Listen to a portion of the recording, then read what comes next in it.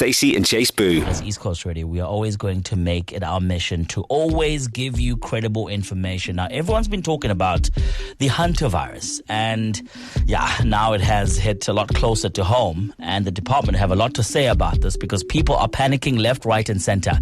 So the Department of Health has confirmed a case right here in South Africa after a critically ill British passenger was airlifted off a cruise ship and taken to a private hospital in Sandton. The ship, the MV Hondius, had been on quite a journey, stopping at Antarctica, the Falkland Islands, then St Helena and Ascension Islands, amongst others. And sadly, 2 passengers from the same ship have died. One, a 70-year-old Dutchman, passed away at St Helena, and his wife collapsed at the OR Tambo International Airport. Unfortunately, those 2 did not survive. And I can understand when you hear those news, everyone's just on a frenzy, on some, what is going on? Now, the Department of Health is saying, please do not panic. They are handling this with absolute care. Contact tracing is currently underway, and they're pointing out that only 2 passengers from that ship actually set foot on South African soil. Hantavirus is not easily spread between people. That's the information we have at the moment. It mainly comes from contact with infected rodents. We need to learn more about this because people are panicking, and I understand it's the natural thing to do. And because as East Coast, we believe in making sure that we give you accurate and credible information, I've brought in the Queen, who handles the news there, with the rest of the East Coast Radio Newswatch team to join us to have a conversation about this. Because when we hear virus, automatically we go, oh my goodness, scary time. But right now we're going to sit down with Nishera. She's going to break it down for us. You actually spoke to an expert about this infectious disease. Can you give us a little bit of a breakdown in terms of what you got information-wise? Well, I spoke earlier to epidemiologist Dr. Joe Barnes, who kind of broke down where did Hantavirus come from, and what she could tell us was that the virus was isolated. It's been around for a long time, but it was isolated and identified in the 1950s. Damn. Barnes says there are about 10,000 recorded cases a year, usually in Europe, Asia, and in North and South America. And what we know so far is that it's a virus that is carried by rodents, mainly rats and mice.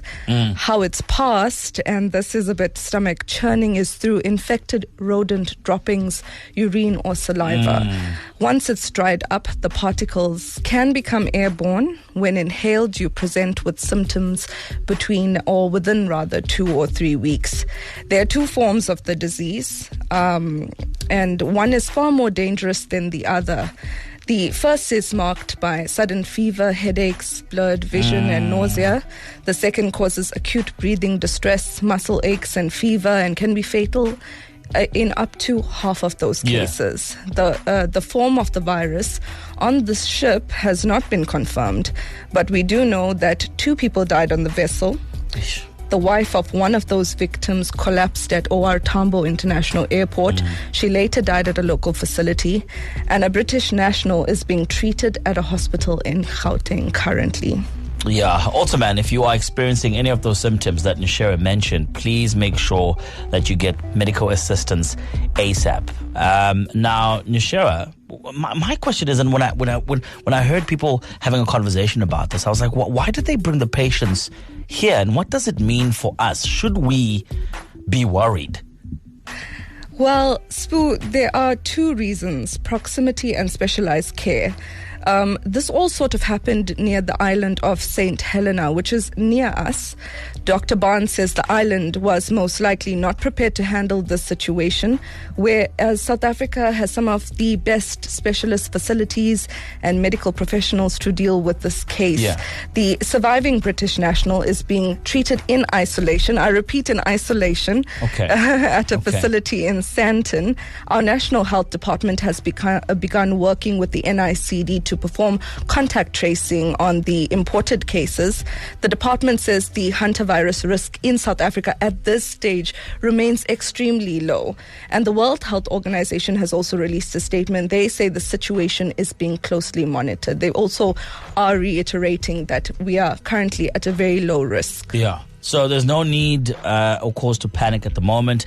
The best thing you can do for yourself is just keep it locked on East Coast Radio, various different platforms. We will be giving you the updates and the latest on this. And speaking on the latest, Nishera, what are the latest, and has there been any recent developments when it comes to the hantavirus? Well, Spo, just a few hours ago, the World Health Organization confirmed that it suspected that the cases on that cruise ship could have been transmitted from person to person. Now, Dr. Barnes says this is an extremely rare case. The WHO says it believes that the first person who fell ill was infected before even boarding the vessel. We've got a clip from Barnes speaking about that. Take a listen.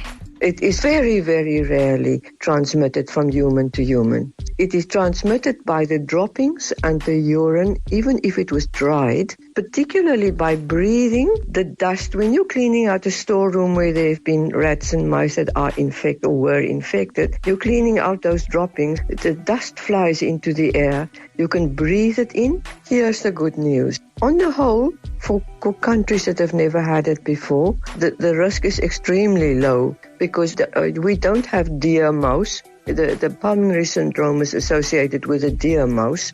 The hemorrhagic fever one is associated with a striped mouse that we do not have. But we don't have both of them. If we get a case here, it will be what we call an imported case. Yeah, thank you so much for speaking to experts and getting us more information. Yeah, so as you can tell, the East Coast Radio News Watch team are on the pulse, and they will be... Absolutely, we'll be bringing you the latest. Just, tune into news every hour if you can, and we'll be taking the latest from the WHO, who are giving regular updates, and our local health department as well, who released a statement yesterday and said they would be releasing one soon. Just stay tuned. Thank you so much, man. That's Nishera Studio from the East Coast Radio News Watch. Stacey and Chase Boo, weekdays from 3 p.m. East Coast Radio.